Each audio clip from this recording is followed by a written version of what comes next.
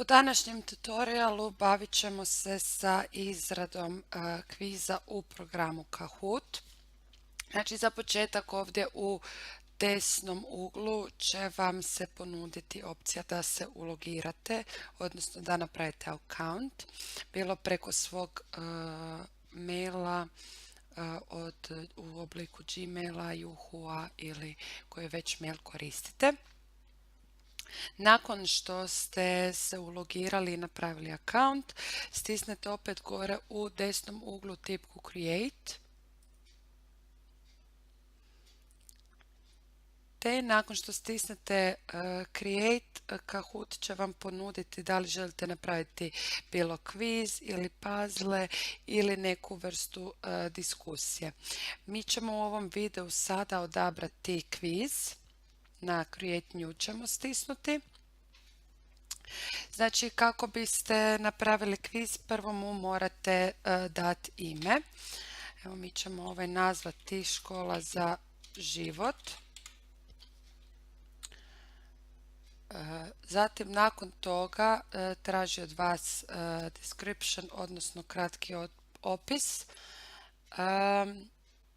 koji možete isto tako raditi putem hashtagova, znači ljestve, pa škola ljestve za život. Zatim ovdje odaberete za koga želite da ga vidi, na kojem jeziku će biti i za koga je.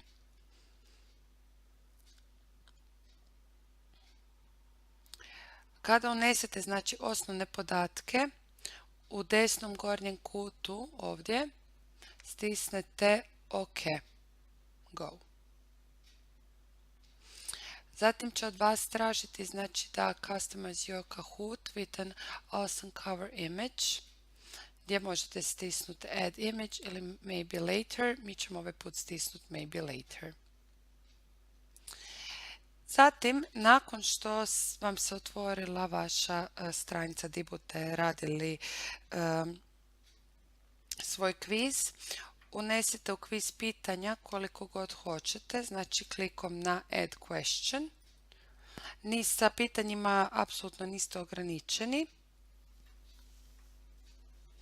Znači ovdje upisujete, ovdje u lijevom uglu upisujete pitanje.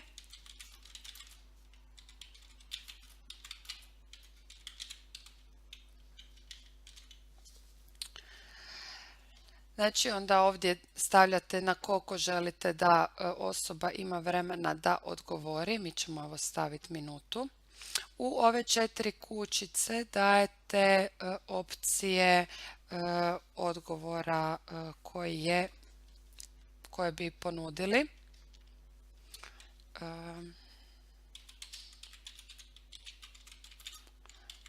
Mi ćemo sada znači upisati odgovore.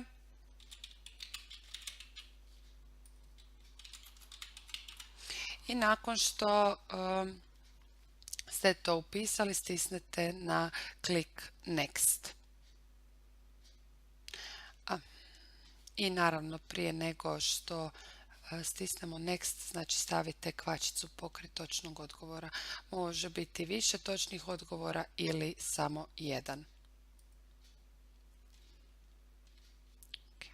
I zatim ako želite dodate, znači opet kliknete na add question kako bi dodali sljedeće pitanje, a ako ste gotovi stisnete samo na gumb save, te će vama na vašem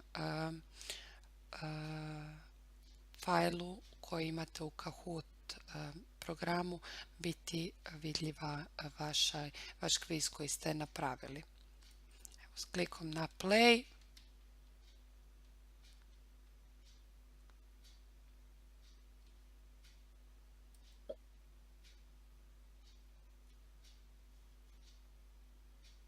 ćete moći vidjeti znači